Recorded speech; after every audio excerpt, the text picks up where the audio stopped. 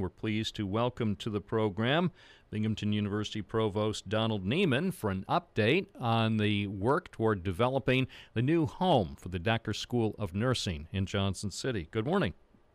Good morning, Bob. Great to be with you. Well, it's good to have you on the program again. Within the last week or two, we've noted with interest that there is a lot of activity going on at the old Endicott Johnson Shoe Factory at 48 Corliss Avenue in Johnson City. The project is moving forward now. It really is. It's very exciting, and the final product is going to be amazing for the community and for the university. They've just begun work on removing windows there. In the next month or so, they'll be doing some excavation on the east side of the building.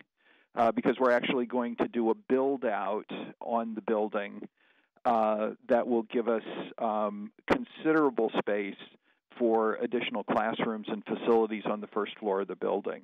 So the building will be taking on a new look while at the same time preserving the historical integrity of the building, which is one of the exciting features of the project, taking a World War I era building that has some really nice Art Deco architectural features to it, and adapting it to modern use.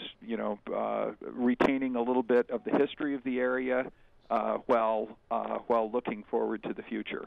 It is remarkable to see a building that was constructed 103 years ago now starting to come back to life, and I know over the next 14 months or so, people will witness some dramatic changes at that site on Corliss Avenue.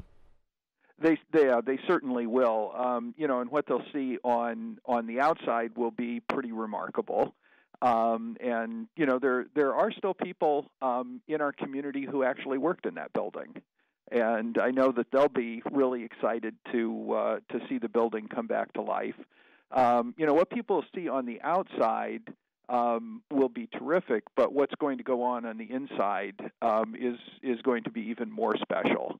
The first floor, we have plans that are going forward for the first 4 floors of the building, and then after that we'll be working on floors 5 and 6. But the first four floors of the building will really be truly magnificent. On the first floor, we'll have food services that will serve not only the Decker School of Nursing, but the entire health sciences campus. So there'll be food services, a food court. There'll be an information commons to serve all students on the health sciences campus. It'll be a really great gathering spot for students from a variety of health professions, pharmacy, nursing, some other programs that we're looking to bring to the building. The second floor of the building will be a state-of-the-art regional simulation center.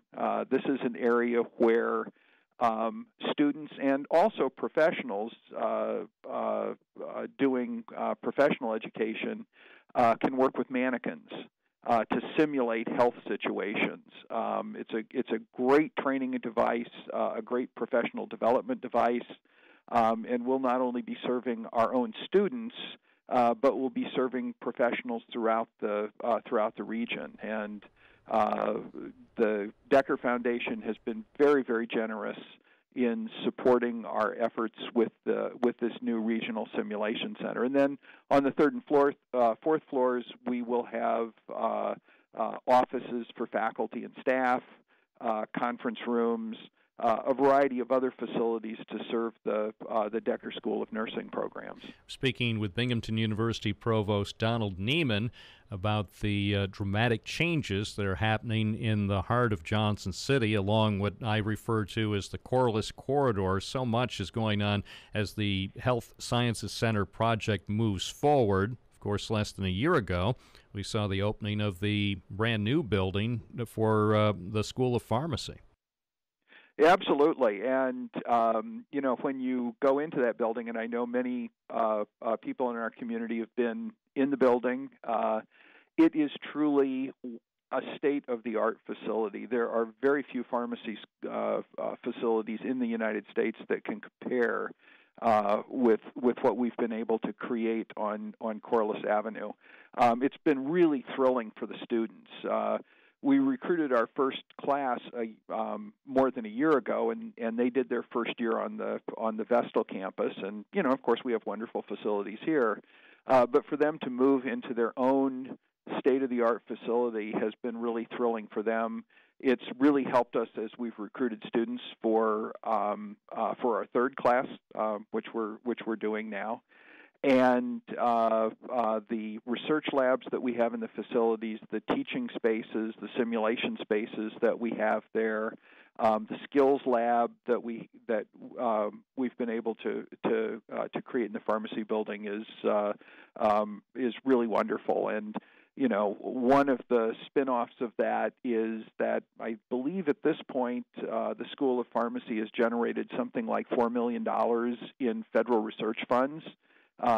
That, of course, the laboratories there are absolutely critical in allowing them to pursue this research. So we're really on a good trajectory there.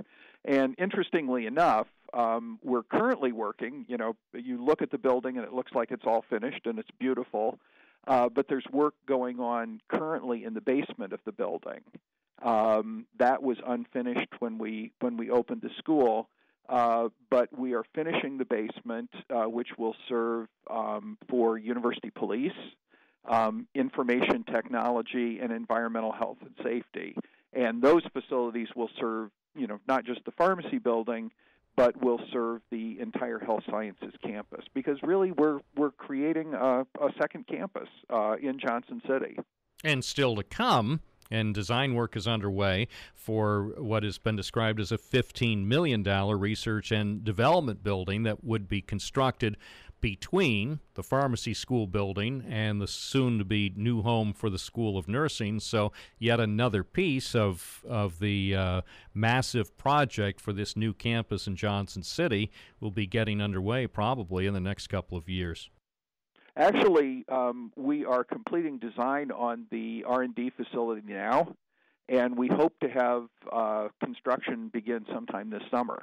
We're looking for a 2020 opening for the R&D facility, also a 2020 opening for the Decker School of Nursing building. So things are moving very, very quickly over there. And, of course, the R&D facility, which will be physically connected to the pharmacy building, will help us to expand our research footprint. One of the exciting things that's happened on campus recently is that Binghamton was designated a Research 1 university by the Carnegie classification. This puts us in the group of the top 130 research universities in the United States. And pharmacy has played a big role in allowing us to make that move. We look for continued outstanding research growth in the pharmacy school. We've recruited some just absolutely fantastic faculty members there. They're doing some really transformative research work. And as University President Harvey Stenger has told us during his past visits here, there also will be some additional demolition a little further to the east, some old buildings that the university will now have control over, or does have control. Those buildings eventually will come down to clear space for future initiatives, whether they're directly tied to the university or indirectly with projects from private interests. Absolutely, and I think that's about 4 acres of land to the east of 48 Corliss that will be vacated. And it's really interesting when they take those facilities down. A lot of the material in those facilities will be what they call rubbleized. In other words, turned into rubble that we can use for fill on the property. It's a very environmentally friendly move, very cost-effective move for construction. But you're absolutely right. We're looking at opportunities that may be for university initiatives, but certainly also partnerships with developers in the community. I think that's really, truly one of the exciting things about what's to come in Johnson community, the kinds of university community partnerships. I think that's what's really going to drive redevelopment of the village. And I think what we've seen you see this because you're in downtown Binghamton. What we've seen in downtown Binghamton over the course of the last decade after the opening of the University Downtown Center, I think that's going to happen squared in Johnson City, and it's a community I think that really appreciates it. We have a really good relationship with the community. It's been a great ride. A transformational time for Johnson City and for Binghamton University. Provost Donald Nieman, thank you very much for joining us live this morning on WNBF. Great to be with you. Thanks.